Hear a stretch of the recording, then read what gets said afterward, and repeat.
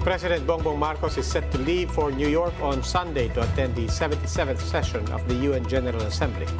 This marks Marcos's first UN attendance and also the first time that the debates will be held in person since the pandemic. Here is what we know about the chief executive's upcoming trip. He will be speaking before the UN on day one of the general debate, that is Tuesday, September 20th. The theme of this year's general debate is a watershed moment, transformative solutions to interlocking challenges. Such challenges are expected to be identified by Marcos during his speech. Now, Marcos's address will also cover the country's efforts for economic recovery. The DFA says the president's speech will likewise cover some of his administration's priorities, including climate change, the rule of law, and food security.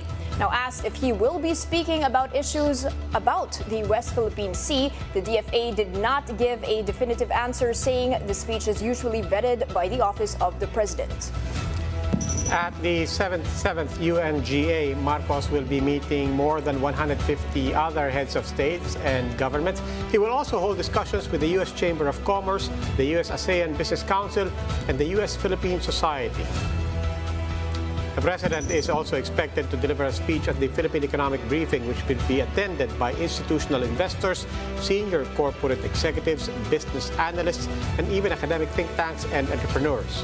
Marcos Jr. will also participate in CEO roundtables with the aim of projecting the Philippines as an important emerging economy and investment destination in Asia. The president will likewise be meeting the Filipino community in the United States. To talk more about this with us on President Marcos' first engagement with the United Nations, we have with us on the show One News Defense and Foreign Affairs Editor Manny Mogato. He's here with us in the studio. Manny, welcome to the big story. Welcome. Good evening, Robbie and Danny. So, Manny, I mean, let's set the table here. What does the president? What's the minimum and the maximum they think that the president hopes to achieve with this trip to the UN? Well, this trip is a working visit of the president. This is not a state visit, no? So President Marcos Jr. Hopefully will invite investors to the country, and hopefully he gets some pledges from American investors, especially in the agro-industrial industry, because he also heads the Department of Agriculture. I think for one, the Philippine Embassy in the U.S. is arranging some talks with 6 to 8 foreign heads of state and government. Two of them are from Malaysia and Japan. So hopefully he can invite investments to our country.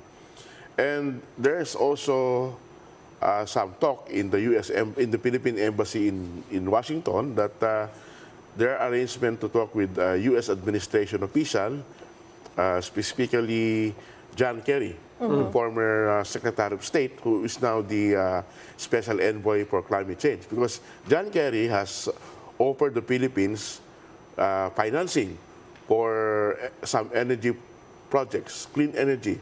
And among these projects are the small modular reactors. These are very small nuclear reactors the size of a 10-wheeler truck. So you can move them around. No? So these are very important for islands that have no grid to Luzon. No? So I hope that the meeting will push through, because it's still uncertain whether the meeting between the President and John Kerry will push through. I think a meeting with President Biden is out of the question, because he will be in London for the Queen's funeral. And the arrangement for these talks are not done overnight. It takes months to prepare for this meeting. So John Kerry is still hopeful, but Joe Biden is out of the question.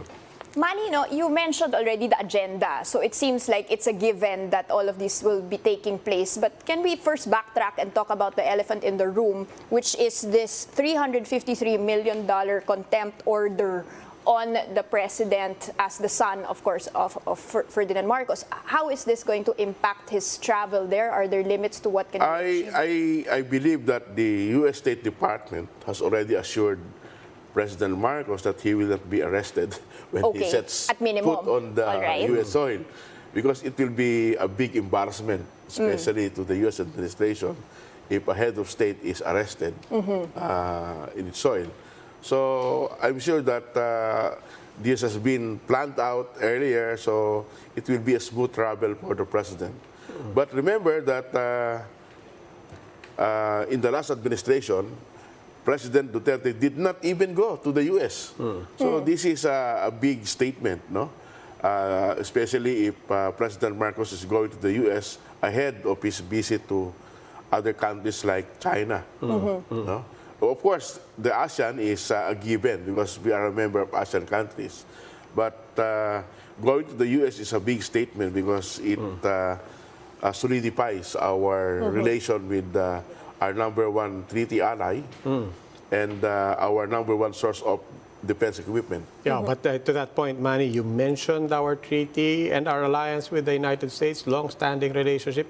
You also mentioned China. Do you actually expect the president to bring up China? Well, I don't know, but in the UN, when the DFA mentioned the rule of law as one of his key topics for the speech, he is actually pointing at the 2016 Hague ruling, the arbitration ruling. So he might invoke the ruling and ask for support from the UN General Assembly to pressure China to comply with the ruling, because China has been ignoring the ruling for 6 years. So it's about time that we call on the UN for support. Okay. And finally, Manny, before we let you go, human rights issues. How should the president be addressing this in front of the UN, especially after we've seen the issues with the previous administration? How different will he be addressing this compared to President Duterte? Well, I still don't know, because in the speeches of the president in the past, especially on his inauguration and in his SONA, there were no mentions of human rights. So I think he will still avoid these issues. Although I heard that some Filipinos are planning protest action in New York, led by Bayan in the U.S. So there will be a big rally against President Marcos maybe outside the UN compound. But I'm not sure if the rule of law, which the DFA is saying, will touch on human rights. Okay, so keeping our eyes peeled for that. Thank you so much for setting our expectations there. One News Defense and Foreign Affairs Editor Manny Mogato.